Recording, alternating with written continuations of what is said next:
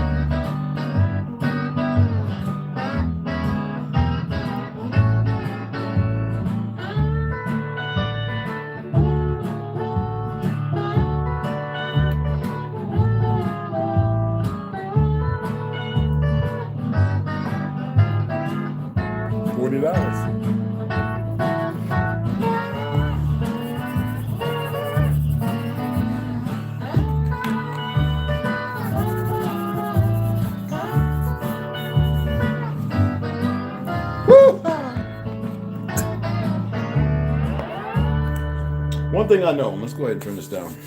Just get into the meat of this.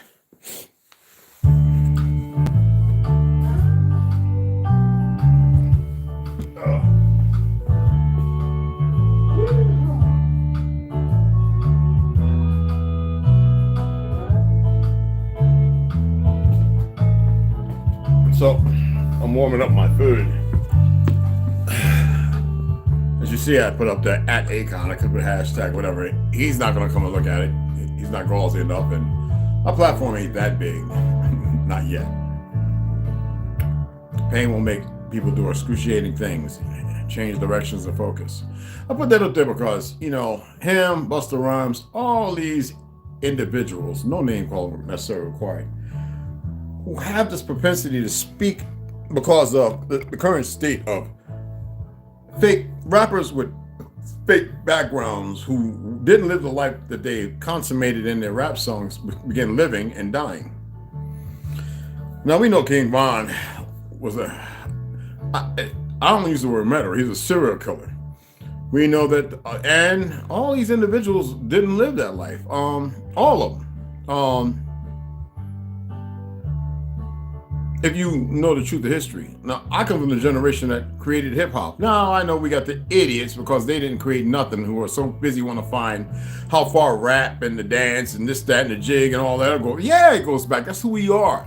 But for Akon to make the statement, to put out there that, oh, Africa influenced nothing. And no disrespect, but I have many friends and brothers who are half indigenous American and some of the people from, whether it be Sudan, this, that, and the other. What I will not tolerate is ignorance. People who come half a generation, how will you say it, 20, 30 years later, running their mouths because they're on the stage and they see the perversions that are going on. They have, by happen chance, don't have to partake in it, or they found it out, so they take the money and they develop over in Africa. That's part of an agenda, regardless of that. It's disturbing to see this, and then to see, and then I went to his post and looked at all these goofies. It's powerful, bro. And you women, I'm not here to beat up on a woman. We got to stop these wayward women. And look, as far as I'm concerned, they get up and go. We got this. It don't take a majority. Leave. Go to Africa. Go. Get up and go. Bye. We want all the perverse individuals. Take your little monies and everything and go. Leave. Get out of here. Don't just buy. Invest over there. Because you dang sure ain't do nothing over here but make a problem. And then you run around with no true history and no true knowledge. Now, I know they're going to make sure that this doesn't get nowhere, because the cancel culture, and you know what's so funny about this cancel culture and the liberalist ideology behind it? They're the ones who want to put everything out there as if it's informative. They're pushing the gay agenda, the Asian this, that, hate, blah, blah, blah, blah, blah. And at the same time, the destruction of life. Why is it that people have a hard time seeing this? Now, the conservatives are no better because they play a preliminary part in it because they're part of the whole thing. You know how I feel about politics and government. A lot of acting, a lot of big mouth, a lot of showboating. And the reason why I'm telling him to get gone, if he's over there, stay, and anybody else to get gone and don't ever come back. And there are people over there who want to come back, and some who never will. Well over 20 or 30 who have been murdered. Oh, well. Do us a favor. Leave. Okay? Leave. Because see, majority of y'all are the reason why we are in the position we in. You have voices that don't sound, that have no frequency, no vibration. They have nothing.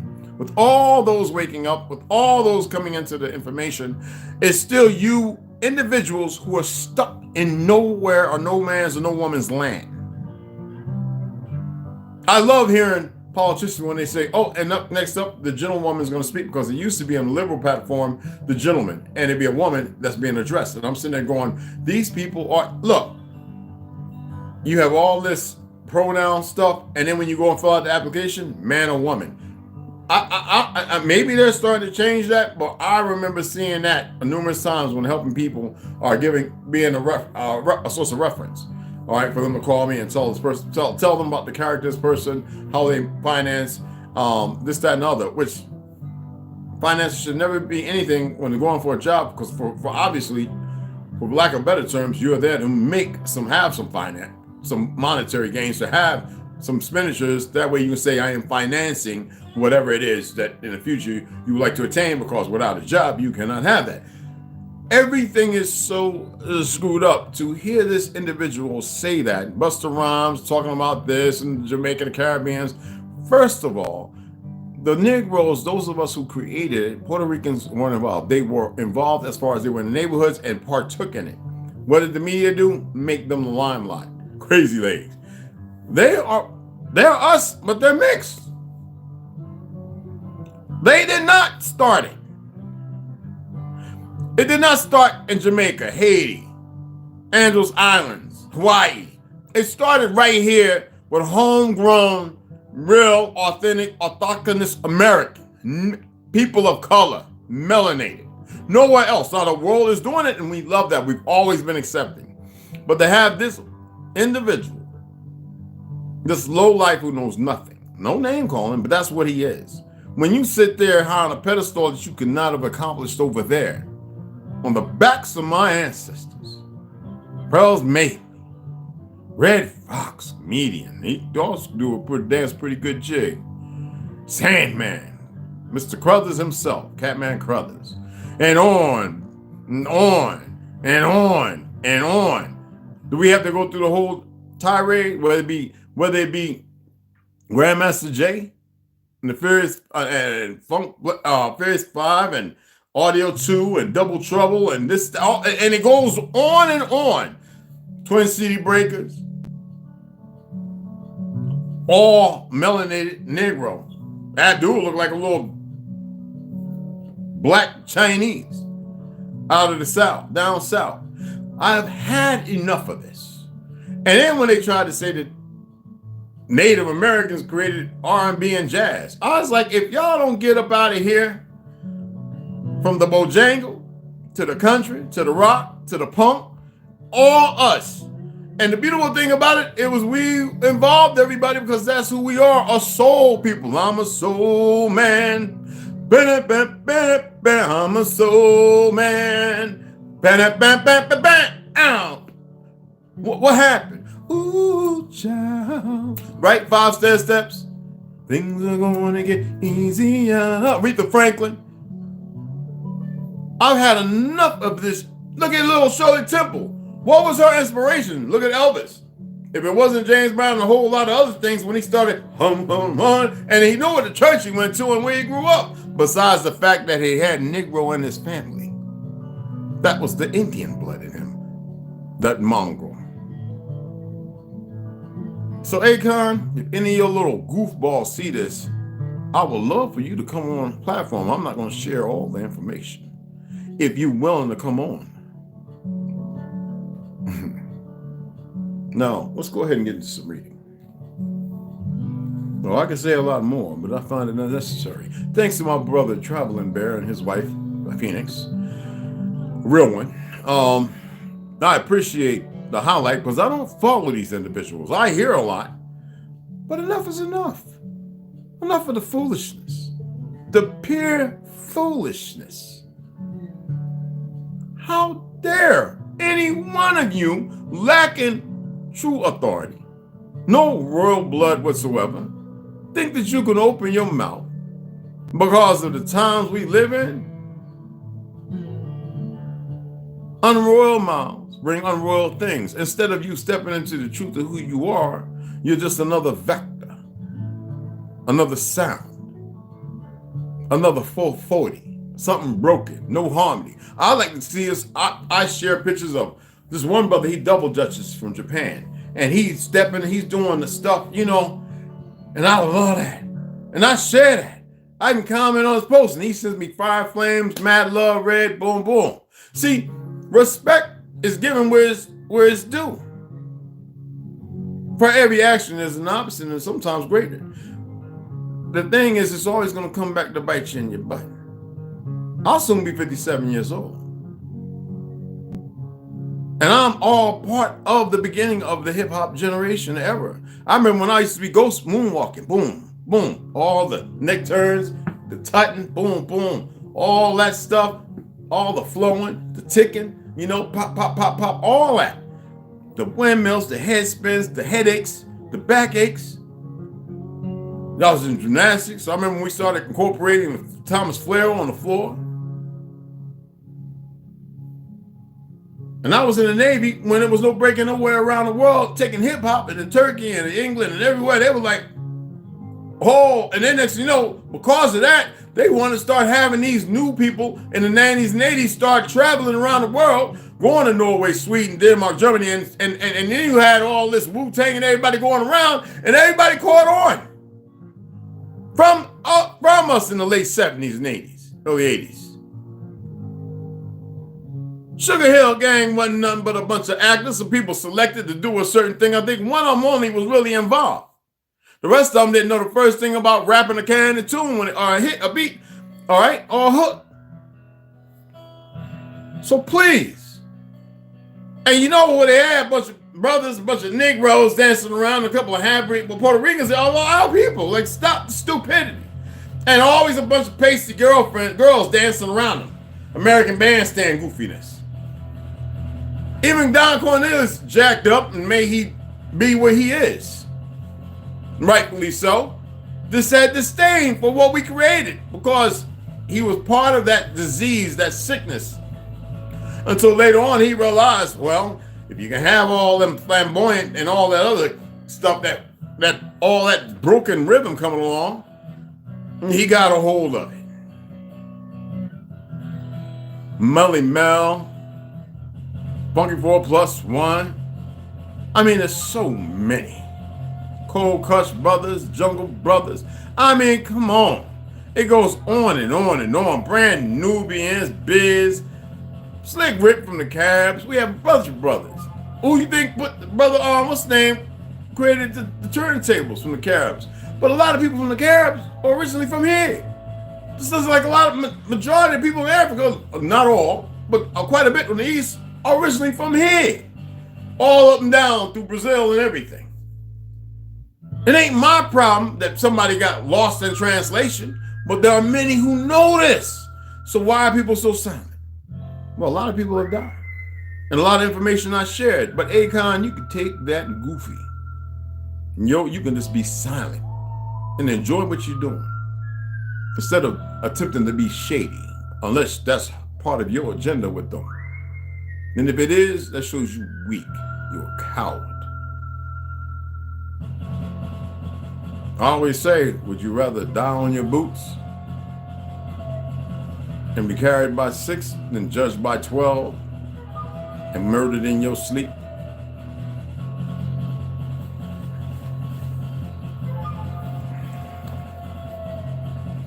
Let's go ahead and get into Arthur Kessler, the 13th tribe. There is a way to communicate without all the foolishness.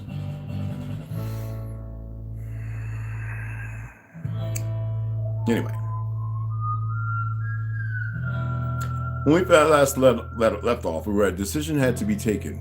Were even more bewildering to the representatives of an authoritarian theocracy.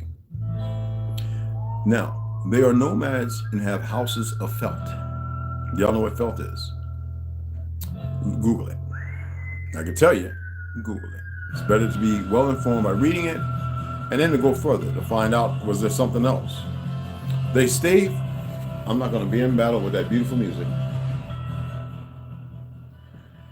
Anyway, they stay for a while in one place and then move on. As you know, yurts. One can see their tents dispersed here and there all over the place, according to nomadic custom. Although they lead a hard life, they behave like donkeys that have lost their way. They have no religion which would link them to God, nor are they guided by reason. They do not worship anything. Instead, they call their headmen lords. That's why I have an issue whenever y'all talking about, oh, Jesus, my mighty Lord, you. And then I have to quote Frederick Douglass. And there's several other individuals, and even Mega Evans. But I'm going to leave that to you to be resourceful and learn for yourself.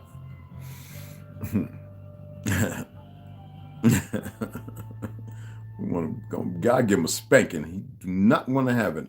It'll be James Baldwin all over again. I'm just not gay.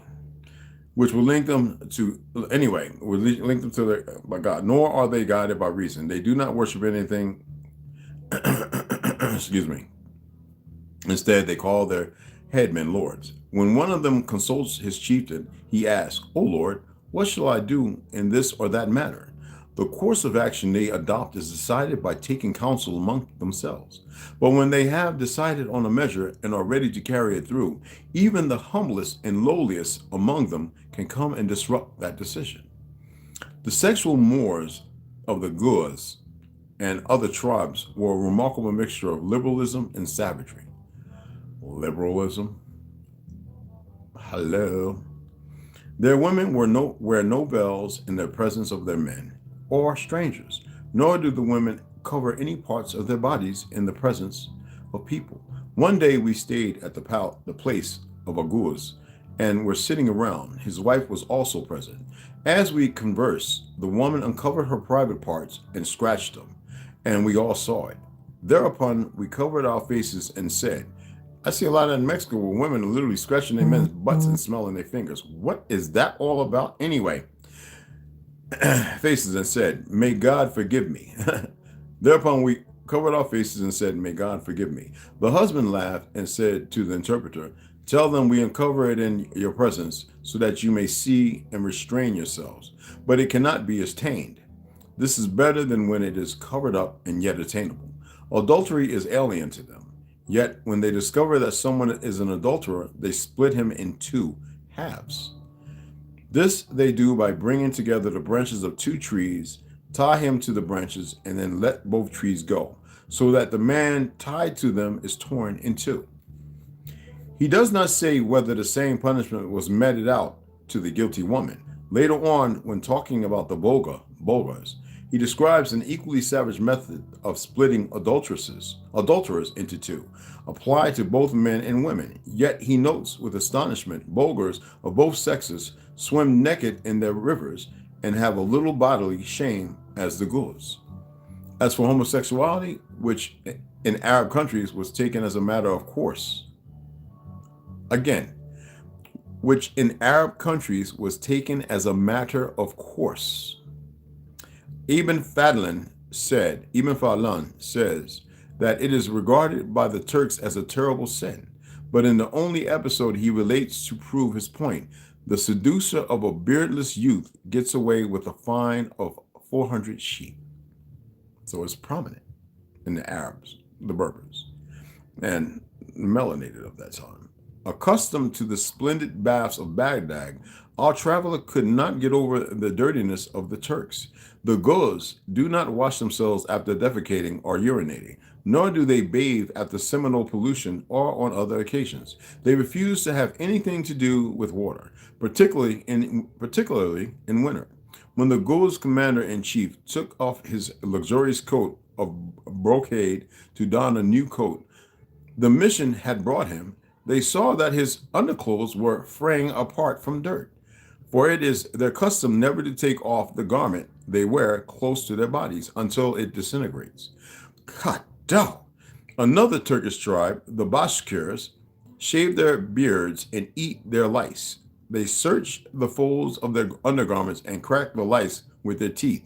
When Ibn Fadlan watched the Bashkir do this, the latter remarked to him, "They are delicious." All in all, it is not an engaging picture. Lice was never recorded here in the Americas until who arrived in the 1800s? Anyway, engaging picture. Our fastitude's travelers' contempt for the barbarians was profound, but it was only aroused by their uncleanliness and what he considered as indecent exposure of the body. The savagery of their punishment and sacrificial rites leave him quite indifferent. Thus he decides the Bulgars' punishment for manslaughter, which detached interest without his otherwise frequent expressions of indignation, they make for him in delinquent a box of birchwood, put him inside, nail the lid on the box, put 3 loaves of bread and a can of water beside it, and suspend the box between 2 tall poles, saying, "We have put him between heaven and earth, that he may be exposed to the sun and the rain, and that the deity may perhaps forgive him." And so he remains suspended until time lets him decay and the winds blow him away.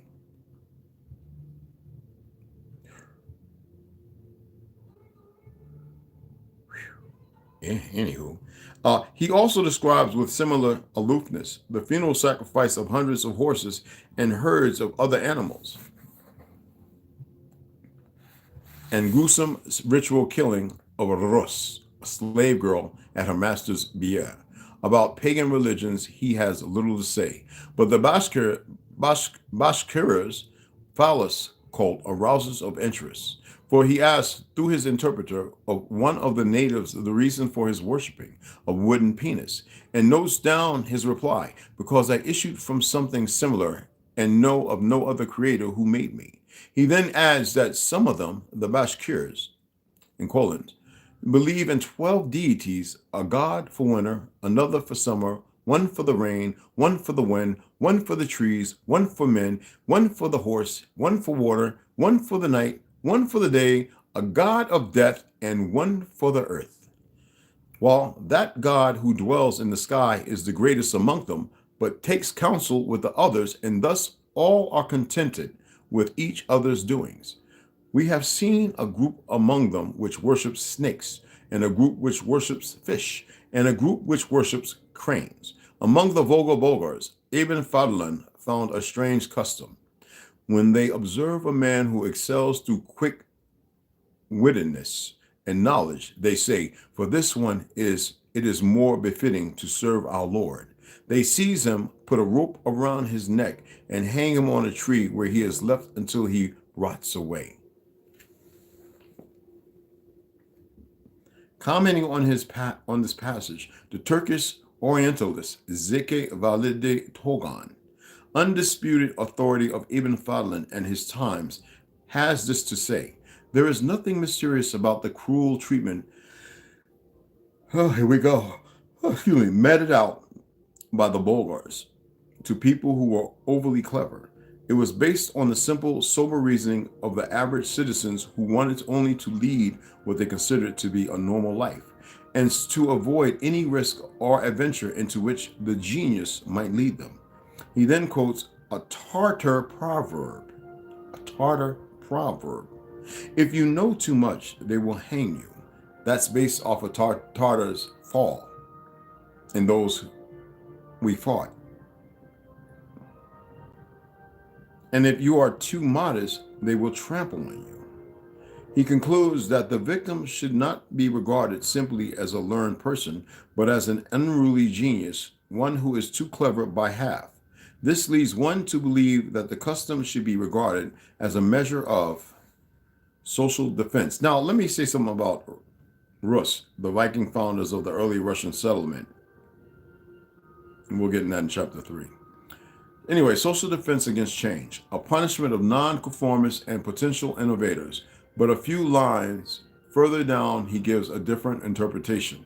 And that's where you can see that in Islam and ancient, and not ancient, but Christianity in its beginning.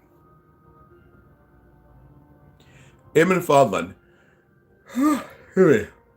describes not the simple murder of two clever people, but one of their pagan customs. Human sacrifice by which the most excellent among men were offered to sacrifice to God.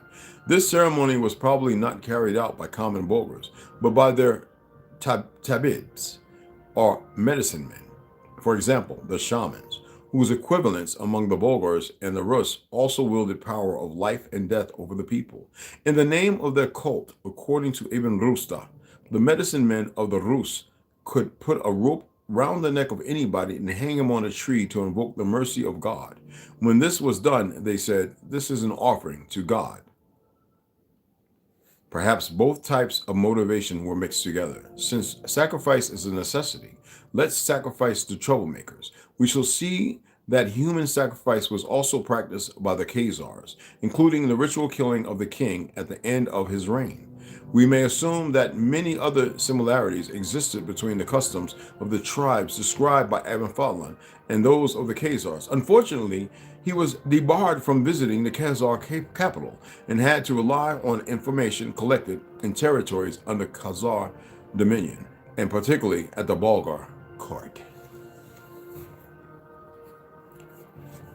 Do you see how even this book later on is so informative? DNA of the gods, the Anunnaki, creation of Eve, and the alien battle for humanity. Chris H. Hardy, PhD. The Anunnaki, creation of Eve, and the alien battle for humanity. Chapter 1, God's cravings for power. That was the introduction, which we were reading, people. God's cravings for power and control.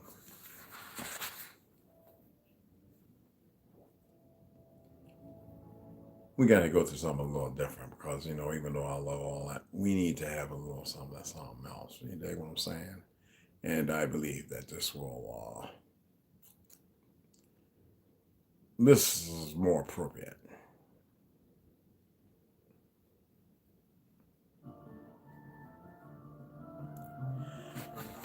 What is the data allowing me to state that the Anunnaki were a species of humans coming from an exoplanet?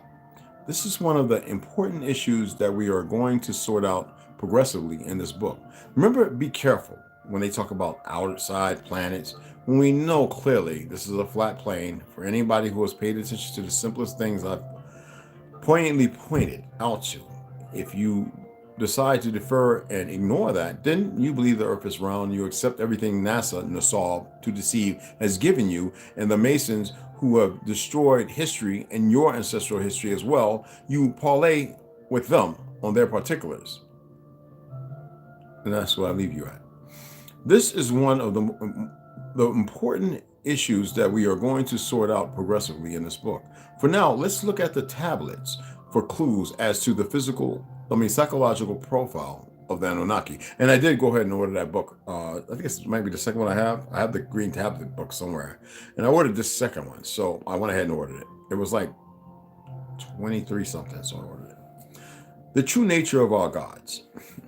We knew already that the names of the Roman gods were just a translation into Latin from the names of the Greek pantheon, such as the Greek father, and we know many things existed long before Greek, but anyway, Greek father of the gods, and this is what pale skins do, so, and I told you to look him up. Anyway, the Greek father of the gods, Zeus, becoming the Roman Jupiter, Hera, in parentheses it states his spouse, Juno, or Poseidon, Neptune. But before that, we know that the Sumerian god Ning, I'm gonna try this, attempt to say this. I heard it, I typed it in, and it's still funky. Ningshizda became the Egyptian Thoth, and then the Greek Hermes, and the Roman Mercury. Yeah, it's something silent, I forget. Ningshizda, something like that. It's two Z's. I mean, two D's, excuse me. Zida. Like almost Jedi. Anyway, thus the original gods were only attributed new names in a different cultural and linguistic area. And we know that the greatest philosophers and thinkers of Greece's antiquity had been initiated in Egypt, thus making of Egypt the cradle of at least the Western and Middle Eastern initiatic traditions. The identification of Thoth Hermes Mercury has been known for ages. Hermes was the first thinker to put into writing the science of his times. Now, you remember who played Hermes in Egyptian Gods? The brother, I think, who was passed away, who played the Black Panther? Anyway, the giants, remember? Anyway, they took his brain and all that. Anyway, science of his time. And he is clearly identified with the Sumerian Ningshizda by Sitchin. Ning is what I'm going to say from now on. Ning was the second son of Enki after Marduk. And just as Enki, Lord, and in parentheses it says En, of Earth, Ki. Remember Kishi and what? Ancestral Republic? Okay, anyway, his Sumerian symbol was two entwined snakes. Sometimes the serpents were twice entwined as in a figure 8. And we now know that, what does that have to do with when we're talking about Jacob's ladder, 33rd vertebrae, Atlas, the universe, the Christ factor, the vertebrae, your head, the pineal gland, the flow of your life force, the chakras. What did we learn from Flatlanders? Don't worry, I'll read that book again, just to have you all consummate another a view or perception. The more you read things or you hear, the more you see or you recognize. Okay? Anyway, sometimes the serpents were twice entwined as in a figure 8, and sometimes they form what is that called? Our DNA. They form 6 loops. Furthermore, Ning is represented not only with a snake, but also with an ankh. In parentheses, it states the most sacred symbol of Egypt. That is a cross surmounted by a drop shape. Thus, Sitchin, in the Wars of Gods and Men, says about Ning Thoth. And that's another book. What did the Egyptians call this son of Enki, Ptah? Their god of the cord who measures the earth was Thoth. He was, in parentheses, it states, as the tales of the magicians related. Isn't that like quantum, a unification of many things, or ones, or them?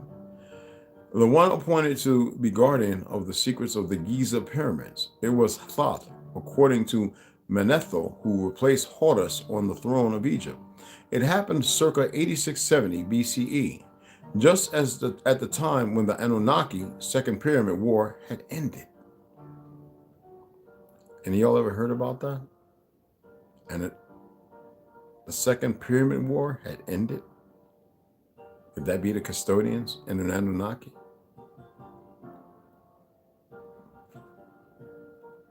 In Egypt, the gods were called Neteru, meaning guardians and watchers, which is a designation that befits perfectly a people of a higher civilization who, however, have not created humanity from scratch.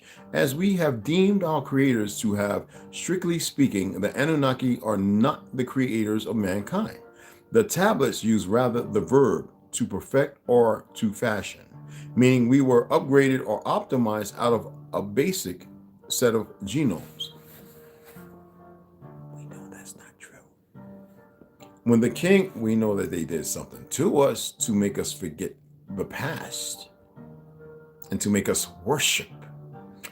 Anyway, when the king of heaven, Anu, came to earth with his second son and legal heir, Enlil Enki, was assigned the command of Africa and of the new gold mining center in South Africa.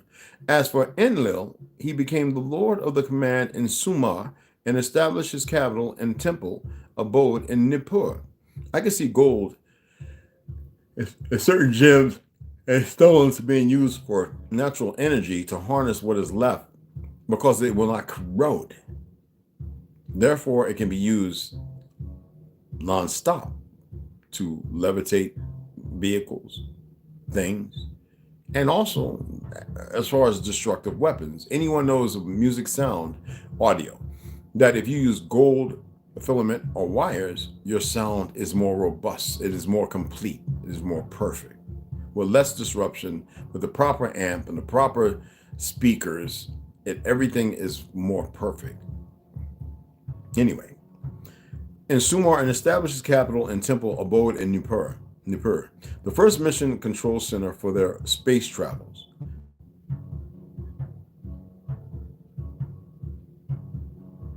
He became the lord of the command in Sumar and established his capital and temple abode in Nippur, the first mission control center for their space travels. Sitchin states the first venue of Anu with Enlil to 8 years of Nibiru after the landing of Enki. That is 28,800 Earth years after Enki's arrival. Wars. Enki, as the great scientist and engineer, had, after his landing on Earth, built some dikes and irrigation works in what was at the time a huge region covered with marshes where the Euphrates and Tigris rivers meet the Persian Gulf. Excuse me for dicing some of these words, but all right. Anyway, rivers meet the Persian Gulf, where he established his first camp and progressively the city of Eridu. There's that dragon stuff. Later, he made some major work in what is now northern Egypt, for the whole plateau of Giza was also covered by marshes. He thus reclaimed the land from the water, and hence Egypt was called the raised land. According to Sitchin, Enki is no other than the god Pa, the first one to have reigned in the first dynasty of gods for 9,000 years, and to whom his firstborn son Ra-Marduk succeeded. Pa Enki's reign, in parentheses it states, according to the historical data of Manetho, starts around 17,870 years before that of the first earthling pharaoh. 17,870 years. Pharaoh Men, who established the city of Memphis as his capital. Egypt and Africa were thus exclusively the domain of Enki and his descendants for a long time, until the third generation of Anunnaki, at which point the scientific station for the observation of Antarctica at the tip of Africa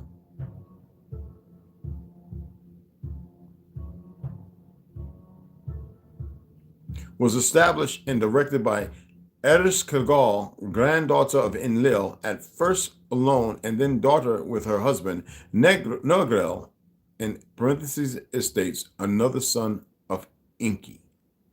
Oh man, I'm gonna put that last part right there tomorrow, bro. Holy Smith, do you see are you seeing? Okay, as long as you're seeing it, that's all that matters. Chapter 101. The Book of Enoch. Observe the heaven. Now we know that the Anunnaki were giants.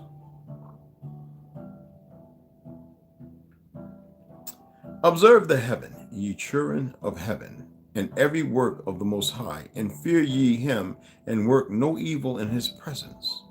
Whew.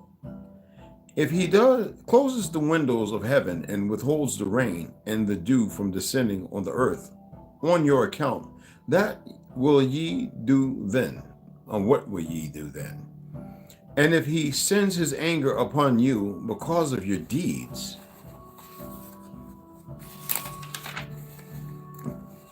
cannot petition him. Because of your deeds, ye cannot petition him. For ye spake proud and insolent words against his righteousness. Therefore ye shall have no peace. What does it mean by his righteousness? It's order, people.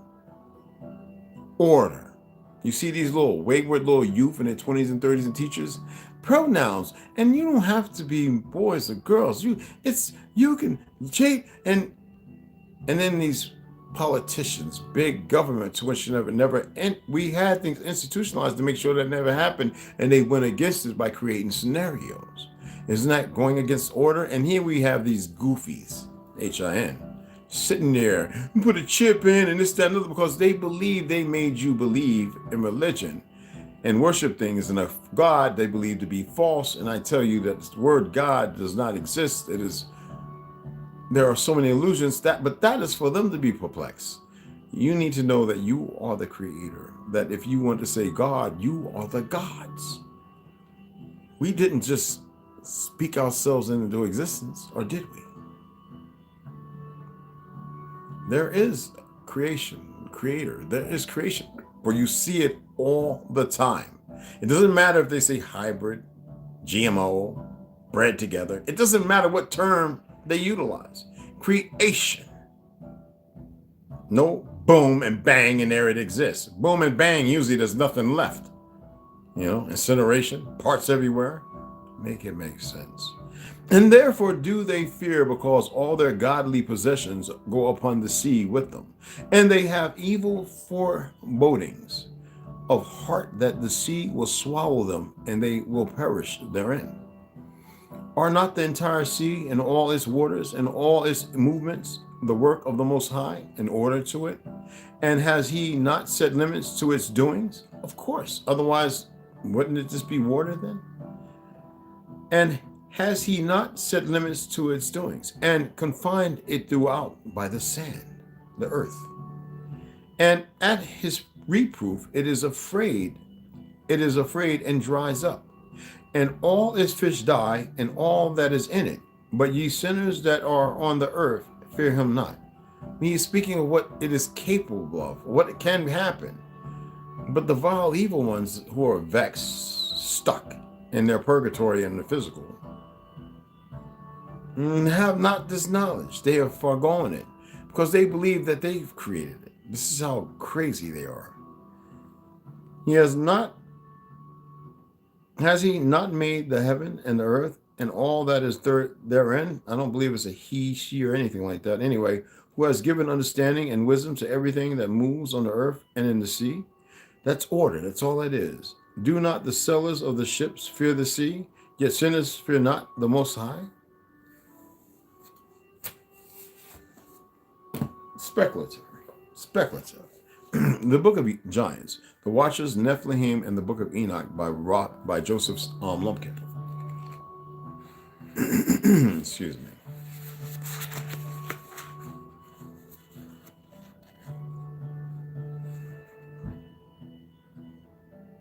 That's my neighbor. We were going through all the different things, and we got to where it was talking about later additions to the text, Book of Noah, chapters 105, 108. 2nd century BC overall theme, excuse me. That could be a meaning, I guess. I don't know, me yawning. Noah and Methuselah, the section of the book, seems to be added as an afterthought. It consists of fragments from other books, such as the Book of Noah. When the Book of Enoch was found along with other scrolls around the Dead Sea, we read all that and we came over to, let me put this down over here. The Slavonic text has evidence of many latter additions to the original manuscript. Unfortunately, latter additions and the deletion of teachings considered erroneous and rendered the text unreliable. Anyway, because of certain references to dates and data regarding certain calendar systems of the Slavonic Enoch, some claim the text cannot be earlier than the 7th century AD. Some see these passages not as evidence of Christian authorship, but as a later Christian interpolations into an earlier manuscript. Enochian specialist R.H. Charles, for instance, states that even the better of the two Slavonic manuscripts contains interlopations, that means additions, and is in textual terms corrupt. It is for the reason above we will look only at the book referred to as 1 Enoch, and we will leave the manuscript of 2 Enoch for another day. I just wanted to re-emphasize this. The last great book of the Enochian tradition is 3 Enoch, or the Hebrew Book of Enoch. 3 Enoch is a wealth of mystical knowledge, and the book claims to be authored by Rabbi Ishmael. And if you know what I know, yeah, a highly respected and brilliant priest living between 90 and 130 AD. However, no fragments have been found dating earlier than around 400 AD. The book was written in Hebrew, but has a few Latin and Greek words and cognates. 3 Enoch has its roots in the Metatron tradition, which has Enoch ascending to heaven and being translated into the angel Metatron. He is then given authority over the angels and the earthly nations, much to the protest of the angelic hosts. The amount of mystical information, along with, and I think that's based on, what is that, the Talmudic, what is it called? The Talmudic mysticism and all that stuff.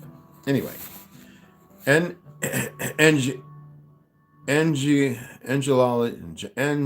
I can't even get the freaking word out. The angelology contained in the book is unrivaled. 3 Enoch is obviously a continuation and expansion of the Enochian traditions of 1 and 2 Enoch, which are drawn on for the story's foundation. Translations of 2 Enoch and 3 Enoch are available by this author as well, y'all. The books of 2 Enoch and 3 Enoch have been a little influenced within mainland Christianity. However, 1 Enoch, and it states in parentheses, the Ethiopic book of Enoch, addressed in this work, is of major and amazing influence within the modern Christian world, informing our beliefs and concepts of angels, demons, and the world to come. Y'all know my interpretation of angels and demons from my studies, travels. They, I don't believe, are outside what as per se. I believe it's a land thing, and we are made to perceive other things because these, and the next one of the phases is to make us believe that aliens exist for the alien invasion. Anyway, in addition to the translation, there are biblical prefaces showing how the Book of Enoch contains various Old Testament sources, or how the Book of Enoch was quoted, or to make us not believe in what things that may exist, to make you more fearful than proactive or reactive. And anyway, Enoch was quoted, referenced, or was possibly used as a source document for New Testament writers. Biblical references, as well as quotes from other ancient sources, are italicized, and the chapters and verses are noted. Notes and commentaries from the author are kept in plain text, leaving the bold text to the Book of Enoch, and the texts from the Book of Giants are underlined, and there they are. They are inserted in places where the meanings are parallel, or the storyline expands the text of Enoch, and where traditions to Enoch seem logical. Let us now proceed to the Book of Enoch. And we're going to read that tomorrow. Oh, yeah, now we start.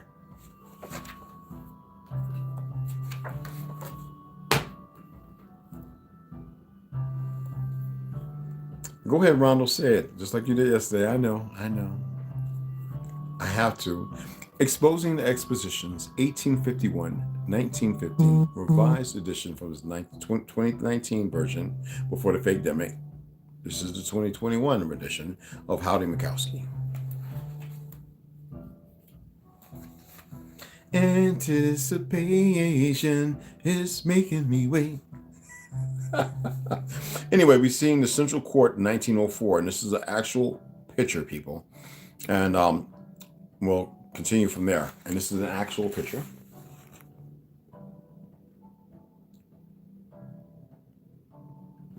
If you think them idiots who hardly bathe their behinds can make this, who actually came on a boat not too long prior to that, and do that in 2 years.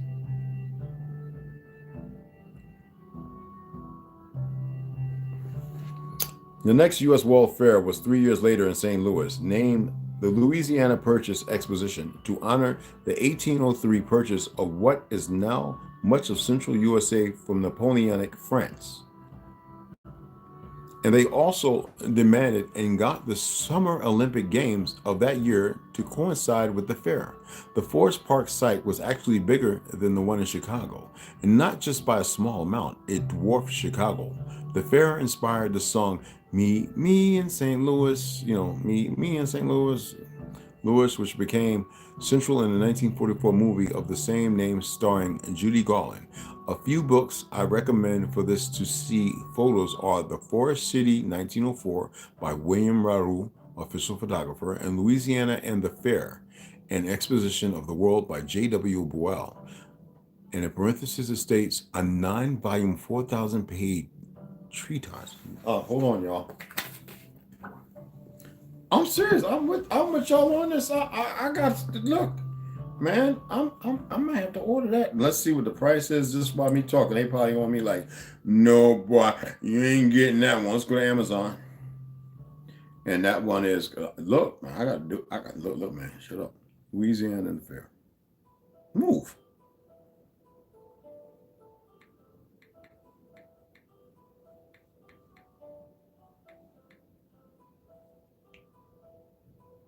Oh, so much spaces. It's doing it for me. Good. Excuse me.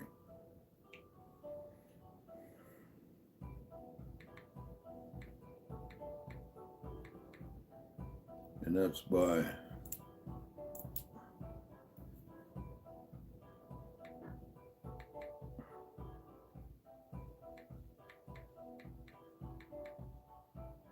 that right? Yeah. The world by J.W. Boyle.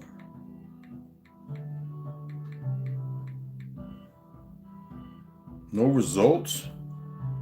What?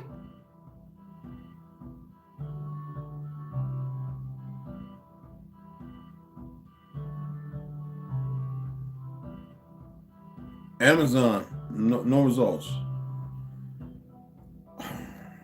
Thrift books, and it says Amazon right there inside the World's Fair. No, Louisiana and Fair Exposition. Okay. Thriftbooks.com. They take about a month. That's what I've been waiting on. So let's go ahead. Let's pull that up. Wait a minute. Is that the book that I have upstairs? Oh, it looks the same as the book that I have talking about America being the old world. The sketches, right? Did I bring it down? No, it's upstairs because I was reading it in bed last time. All right, let's go ahead. So we're going to put that one on. We're going to put that one. Yeah, I want this one. Let's go ahead and add that to cart. And then I'll come back later and we'll go. And that's for 3040. So I saved it to cart and we'll check that out later. All right. Anyway, so let's go ahead. A 9-volume, 4,000-page treatise and final report of Louisiana Purchase Exposition Commission and the German book English. Now I speak a little German. Anschreiben von der Wolfsausstellung, an English book partially translated to German. All 4 books can be referenced via studying.org, 1904 page for St. Louis. Where's my pen at? I know y'all like this nigga. Man, look, man. Somebody's babies are going to need this stuff. And I might have to make a capsule and bury it damn 100 feet in the ground. Just rent a backhoe just to dig down as far as I can and hide it somewhere without nobody seeing me. You know what? Oh, I know there's one down here. It's in that book. Where's it? I know I put it in the book. Is it that one? Look, let me be retarded sometimes, people. I got books. Books. Is it that one? No. You know what? I know where it's at. So anyway, let me go ahead and read. My apologies, y'all. I know exactly what page it's on. All right. So, page 99. Easy to remember. This was the area of the famous Mississippi mound builders. Those are our people. And one of their cities, Cahokia, and that's not how it's pronounced, that's not even the word, but anyway, Cahokia, is still in East St. Louis with pyramids, temples, and a structure called Woodhenge. It is one of Native America's great early sites. Native Americans, Maya. Anyway, during a conversation with Michael Wan at Susquehanna Alchemy, we found in the Susquehanna Indians of Jersey. You know any of y'all ever read about them? Yeah, they're pretty much Negroes who don't even know they exist no more. And some Pelskins running around playing our people. Came over here in the 1920s. Ain't that about a bee? Anyway, we found that the Forest Park site was actually another large ancient mound builder settlement similar to Cahokia. Several should be, but it says severe articles I read. Several articles I read described that at least 10 mounds were destroyed to make room for the fair buildings and also for roads, people, new roads, to hide the old ones. There are some photos of the mounds, but whatever they were, one cannot tell by the dirt and grass that cover them. But it does remind that an ancient ceremonial spot was destroyed and then built on to have this fair. Now, if they were Anunnaki and Egyptian, this, that, and other, they'd been taking steps to take care of all that and put brass and big things around it, and Pelskins stand there with $20 or $10 to come and visit, and we built underground there so you can see things with windows behind it because it's Negroid, because it's the people, the giants who helped us fight the Anunnaki. That's why they destroyed and defiled it. These fake Zionists and all these other who's on our soil as if they're waiting for the call to act. And I said what I said. Passionate. Let me stop. There are some photos of the mounds, anyway, but it does not remind that an ancient ceremonial spot was destroyed and then built on to have this fair. As for the city's history, French explorers were not supposed to begin coming to the area until the 1700s. The census of 1772 claims the village that was there to be 637 people. Lies. The Louisiana Purchase happens in 1803. Lie. And right after the army team of Captain Meriwether Lewis and Lieutenant William Clark, Lewis and Clark, go on, and did y'all know they were army? Anyway, yeah. Clark go on a 2-year odyssey across the entire of Indian Territory from Pittsburgh to the Pacific Coast, took 3 Negro engines. I think they actually ate 1 or 2, along with the third, and they returned. In the mountains, the Rockies, and all. Anyway, yeah, it's funny how they took Negroes and they were there. Anyway, they were to explore and map the country, study the plant animal life, and create trade routes with the local native Indians. Of course, the real mission of the journey might have been much different, and it was. Survey, to see everything, to see Forrest, who was calm, subtle, interact with smiles and knives hidden behind backs.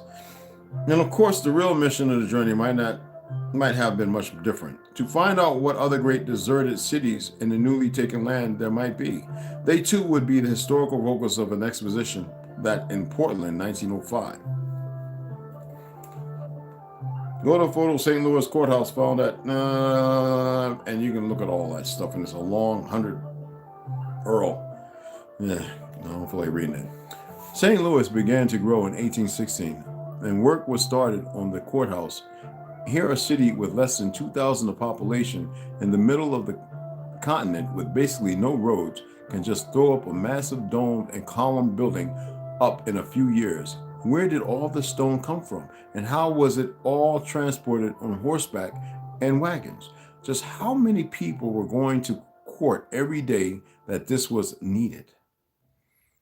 The 1840s are claimed to be a time of great immigration from Irish and Germans, as well as huge influx of black slaves.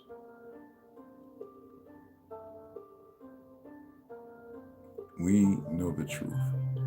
It became a city of jazz and blues music, as well as a key chapter in early pro baseball. 1849 seems to be a bad year. First, a cholera epidemic is said to kill 5,000 people. You would figure who made that.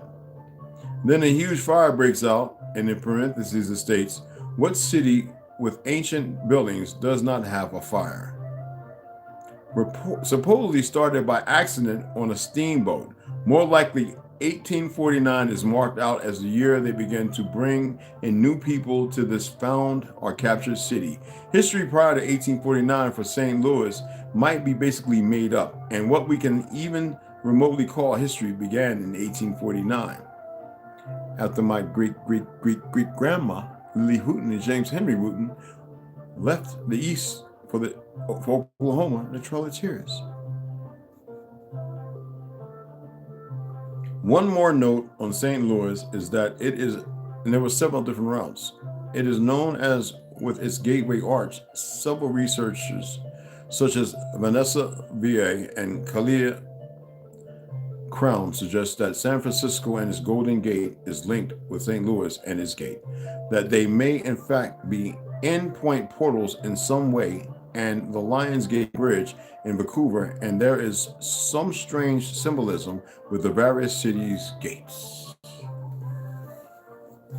The exposition. These exhibits represent in concrete form the artistic and industrial development of this country, and in viewing them one cannot but be impressed with the great improvement in the conditions affecting our material and physical welfare, and with the corresponding advancement in our intellectual and aesthetic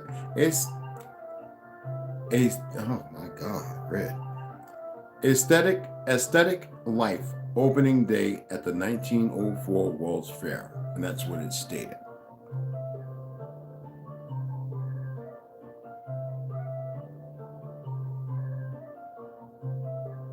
Look at this, work in 1902 with horses pulling out tree stumps. Glad they only needed 10 guys and 5 horses to get this ready in 2 years. And they are nowhere near the site, or they're close, but not near the site. The city already existed. This was a photo op. If you know about Forest Park in St. Louis. Oh yeah, I already did the research on that part. The Earls, man, they got Earls that are like 3. That stuff is secure.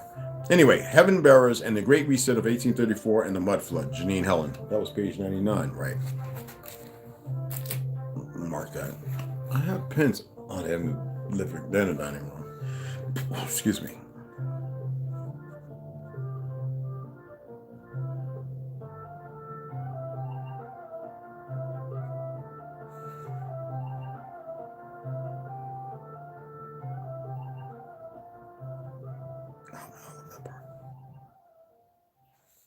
Anyway, we got it. My water just broke.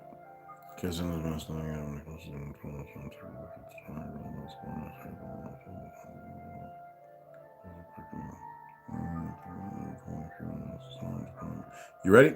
Welcome, Daphne. I apologize for our initial introduction. I'm picking up from yesterday.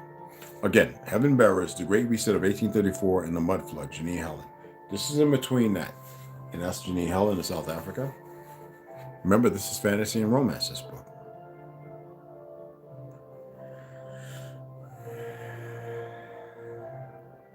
Welcome, Daphne. I apologize for our initial introduction, but I had to be sure.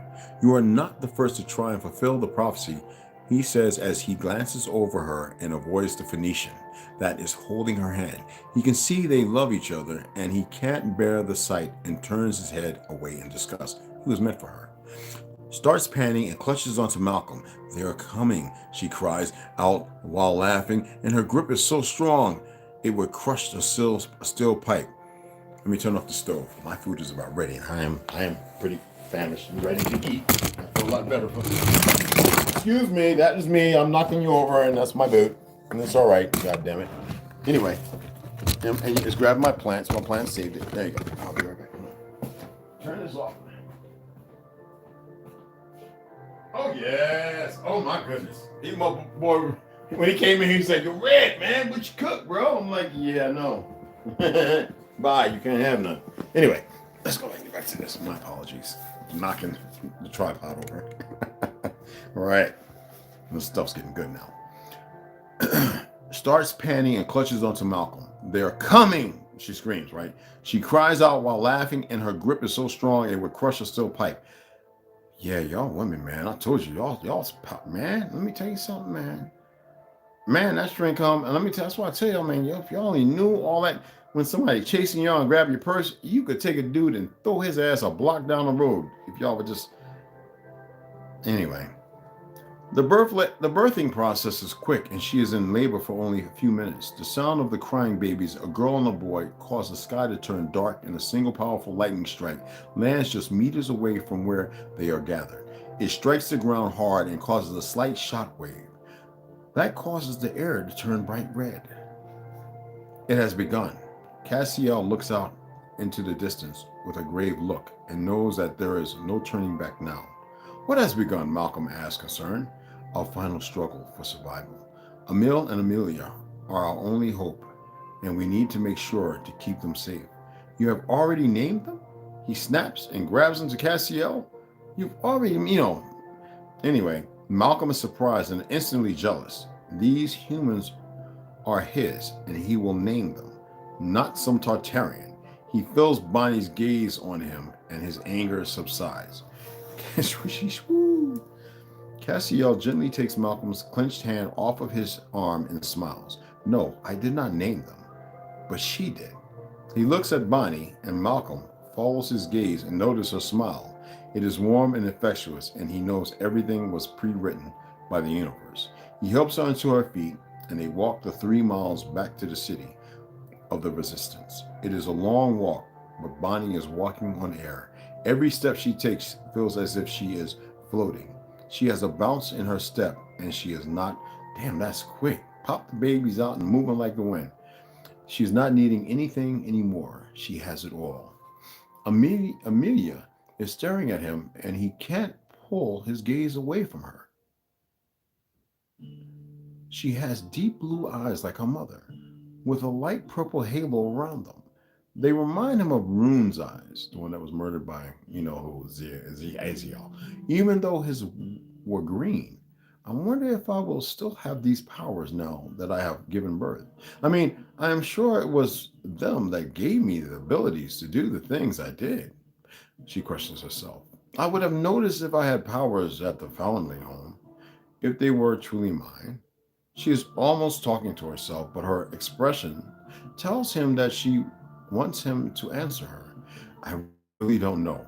You weren't supposed to have any powers in the first place. Tartarians don't have powers. But you think you caused the mud flood, so I really can't say. Time will tell." He pauses suddenly. "I wouldn't have loved you any less, if that is your concern." "No, it is not. But how?" She pauses and isn't quite sure how to phrase what she wants to say. "How can I protect them? Now, if I don't have any powers, perhaps they have powers." She turns her head towards him and crinkles her nose, then pouts her lips, and he can't help but love her madly in this moment. "It is my job to protect you, and that is what I will be doing from now on. Can you trust in us?" He asks, and gives her an intense kiss that immediately reassures her completely that she is safe with him. "Yes, would you like to take her? I can tell you really want to." He laughs. "Are you reading my mind? By any chance?" He's wondering. He asks jokingly. While she shrugs and hands him Amelia, the daughter. They reach the settlement, and it is bigger than either of them could have imagined. There must be over 100,000 people here.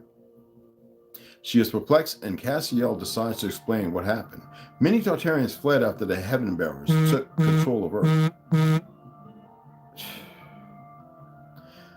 I'll tell you. Heaven Bearers took control of Earth.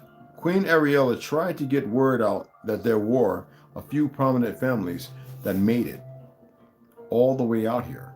And we, my family, were one of the families she managed to reach before she was taken prisoner and murdered in cold blood. He pauses and can't help but show his disdain for the Phoenician race. Malcolm is particular. Since he is her bastard child, he catches himself and carries on with his story.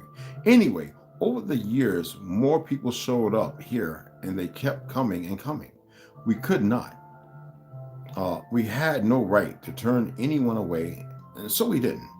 But as we got bigger in size, it became more difficult to hide. We had to get creative, and well, I have some abilities, albeit not quite like yours, he admits, and gives her an envious smile. What? I thought that only King Finn's bloodline contained special powers, Malcolm asks, surprised. Not completely. His bloodline is the most powerful, but there are others, he replies, and I continue to tell y'all.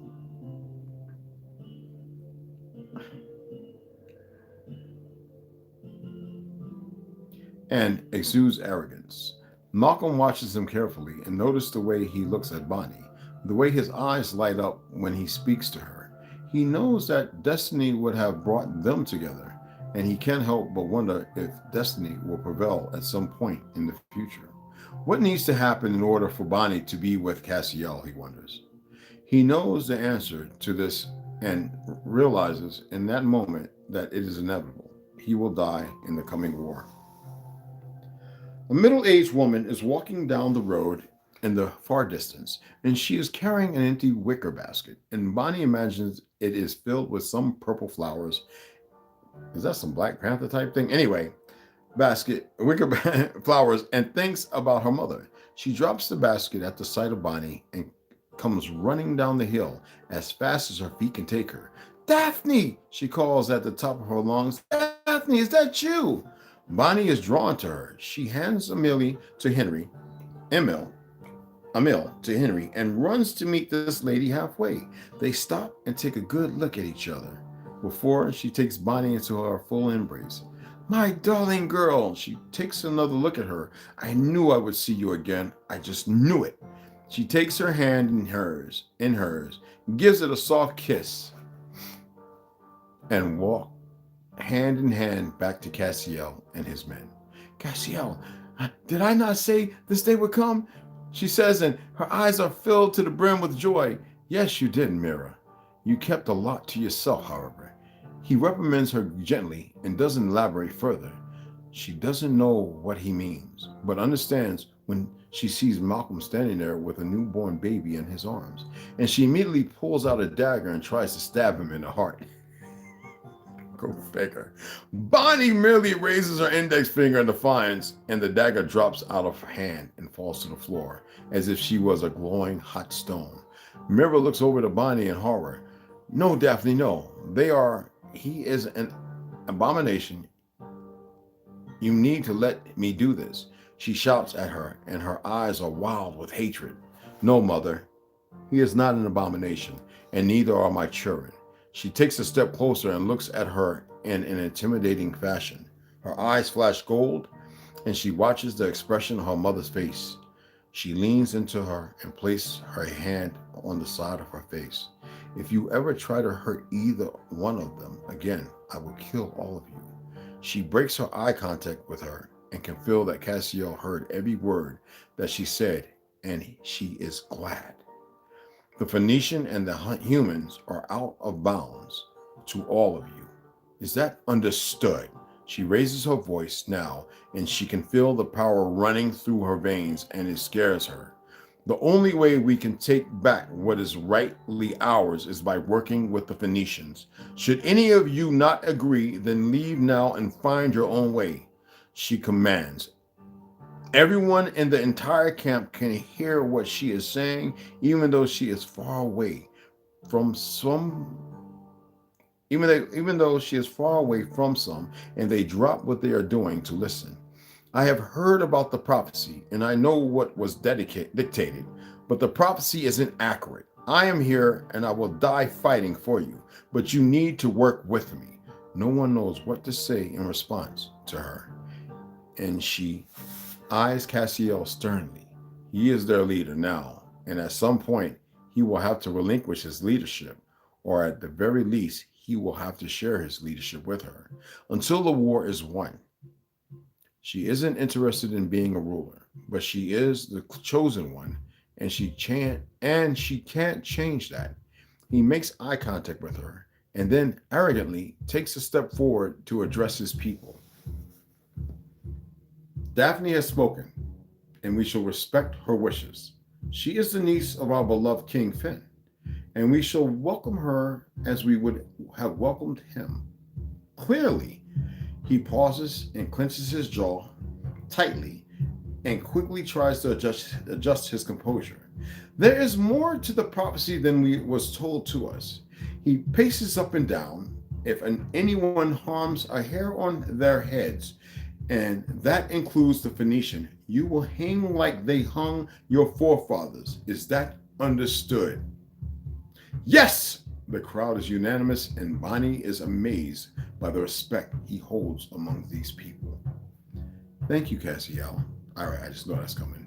Now I really need to have a word in private, if you don't mind. And some food for my husband and Henry would be much appreciated. She smiles and places her hand softly onto his arm, much to his delight. Of course, Tara. Please fetch Kira and prepare for them the best of whatever you can find. He commands, and a young girl appears from nowhere, and she can't help but stare at him with absolute love and admiration in her eyes. Tara nods happily and marches off to do as he asked.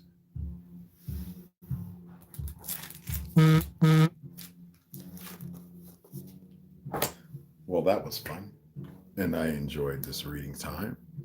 Akon got the addition, and I wish one of his people would respond, and I was able to read within an hour and 25 minutes. Oh, so gratuitous I am. And I appreciate every one of you. My apologies for kicking over the tripod, so I bet all y'all not see, so y'all didn't go, oh. No, I'm just kidding. It's not that serious. It's not Disney. And let's give a shout out, because I'm hungry and my food is ready. Yo, Gray with Grand Elevations, Rondo, Grand Elevations, brother. Mikey Hill, peace, brother. Tashateki, Wolfman Clan. All right. Icon is Akashante, Aruba Burberry. Said Thomas Quizzical. Okay, I don't know. But yeah. And if he's Ashante, Aruba Berber, I can see that. Secret Star, what's going on? But I don't know about all that. I don't care what he is. But I appreciate it for those who want to know. Hey, Mikey Hill. That was my man, chilling. Jason Knight. Yeah, what's up, Jay? What's up, brother? That's my brother, y'all. That's my brah. That's my brah. Y'all don't need to worry about who he is. That's my brother. Anyway, can you please talk about the Carolinian takeover by their cousins, Massachusetts, the New Hampshire province versus the Massachusetts province? I don't know. I'm all that. I've done a lot of that stuff before. I am elevating the minds. What I need here of our people is to look inside themselves and look in the mirror and have redress and recross. All that shit means nothing to me. And anybody can tell you, I don't care about that no more. I know who we are. I've always known. The thing is, not all of us are who I am. We need to do more than that. And the world needs to learn this. They need to learn how to turn on what has been turned off. That is what I'm here for. All that other stuff, that's everybody else. If you don't know who you are now, when it comes to history, it'll be dynamic in the stories I read as far as what is related to Tartaria. All this new age shit matters not. And most people know that now. No disrespect to you. I love the question. Maybe one day I'll go over some of that because most of my family, and you put Carolinians, let that go. That is a foolish word. Just let it go. That is no. Trust me on this. I come from the Kleins and the Shaws. I'm the one probably when nobody even knew what the word was telling people when I used to talk with Chief Langley before he sold out, and Teliano Costa Yokore during MySpace when I was living in New York, and when I was in the military, telling everybody about Haneoia. And they were like, what is that? My great grandmother made sure when she named me Home on the Shoulder Red Wolf because of the fox I played with. In the old Tartarian buildings, Red Floyd knows, growing up with me and a few others, that I used to visit and always frequent, and I never wanted to leave, and nobody had ever understood why. So no, we're going to be teaching people how to really turn on. Forget waking up and all this other information. Whatever I read, we will pull from it pieces of puzzles. And then when you turn on, you will no longer seek anything of the worldly matters. They're gone. They're gone. The people are destroyed. The thing is to get the people to step back into order and allow ourselves to become what it is we were actually meant to be, regardless of the poisoning and the defamation of character and the lies and the allowing enemies to assume our royalty of who we are. Okay? Old Town Winston-Salem, my great uncles Tandy and C made sure I knew something. They both, 115-14, fought in the Civil War. And I knew them as a youngling. Evelyn Smiley, aka American, what's going on? Roy Davenport, what's going on, big brother? Indigo Flamethrower. Oh, I love that. D Cheap Dark Bull. Hey, what's up, Dark Bull? What's cracking, man? Yeah, I just saw you. I didn't even see. Was you up top? Oh, there you go. Alito, bro. Oh, Chuma, brother. Excuse me. Chicken Salumpa. Anybody here speak Chickasaw? Or even Choctaw? Well, y'all do. One day we'll sit down and have a conversation. Great book. Anyway, I'm starving. My food is ready, and I know I can't eat it all because, I cook for like 2 or 3 people, so I'll portion it out over the weekend. I appreciate everybody taking the time. I appreciate the donations to the Cashapp. They haven't sent me this letter with this so-called pen, whatever. Maybe they feel like we're going to wait until he messes up. It's not going to ever happen. I still got some videos to delete that I find that aren't necessary anymore. And let's get more people over here. Let's grow this, because if you want to have change, one thing is not going to permit or allow change is to be stuck where everybody else is doing the same thing over and over. And that's drama, arguing, meddling, debating. We have to debate with nobody. We have no argument with anybody. If there is no true course of love and everybody being a benefactor of that, so how could I allow anybody into my tribe or me into your tribe? We're all tribal. How can that happen if life is not the mitigating factor? Having love and true passion of love for one another has nothing to do with not dealing with business accordingly. So, and that's talking in code. There's some things I'm not going to be saying on here that you either are going to pick up now on, or you're going to figure out, or you're just going to dismiss and stay in those vernaculars. Because I'm not here for the masses, I'm here for the few. And most people are starting to realize what I mean now, because they're committing themselves to comment, because they're taking up some of their own mantle and realizing what I've been saying all the time. Whenever I talk about something, if you refutate it up here, go and research it. I've done all that, we Indians. I was doing that on MySpace, AOL dial-up, and people all over the place, especially in liberal cities, down south, everywhere. You crazy, we're part African, blah, blah, blah. And I'm saying, I don't know what you're talking about. And then when I started talking about Tartaria in the 70s and the 80s, and everybody's like, what is he talking about? When I started telling people about deep bases and basins that could be seen flying over the water when I fly helicopter, all that stuff, you're crazy. I says, they have reshaped and remade our lands, and because you can't see it, there's still plenty of things out there. Growing up as a kid on Essex Avenue across from Woodland Field, I used to play on a big mound. They used to say, oh, listen, this big old mound. They said, oh, that was a dump. No, it was a mound. I was drawn to it. Me and my brothers and all the melanated, no pale skins. We played and rolled around on this thing because we knew it was ancients under there. And all the ones down in the park and the ones they destroyed to make roadsides, to build up. So, and I'm grateful to be able to make it, hopefully make it to 57. And it's been a great time for me in this life. So I walk with my ancestors because my ancestors walk in me. I don't have to call on them. I remember everything that they told me. And if there's something wrong, they'll correct me. Everything is within you. You have to be able to cross that line and tap into that knowledge.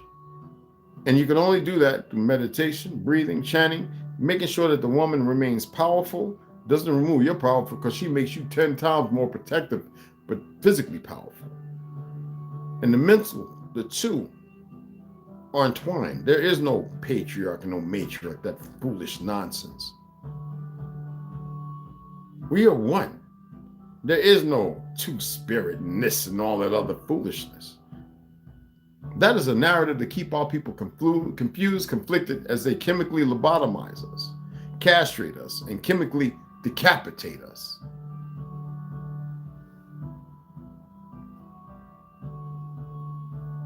So I appreciate everybody taking the time to pay attention. And I'm starving. Not starving, I'm hungry, but the smells got my brain on another vibe. You dig what I'm saying? So anyway, I appreciate everybody coming in. I appreciate those that donated. You see, I'm about to order some more books, and it all goes to that. Well, Rip Floyd didn't come in. Anyway, love you guys. But Mama didn't come in either. Must be another live going on. So with the ladies that have come in, when you watch this, I appreciate y'all, as all our brothers do. And to the brothers, you already know, it's time to go eat something. I appreciate you all. I do. I love you all.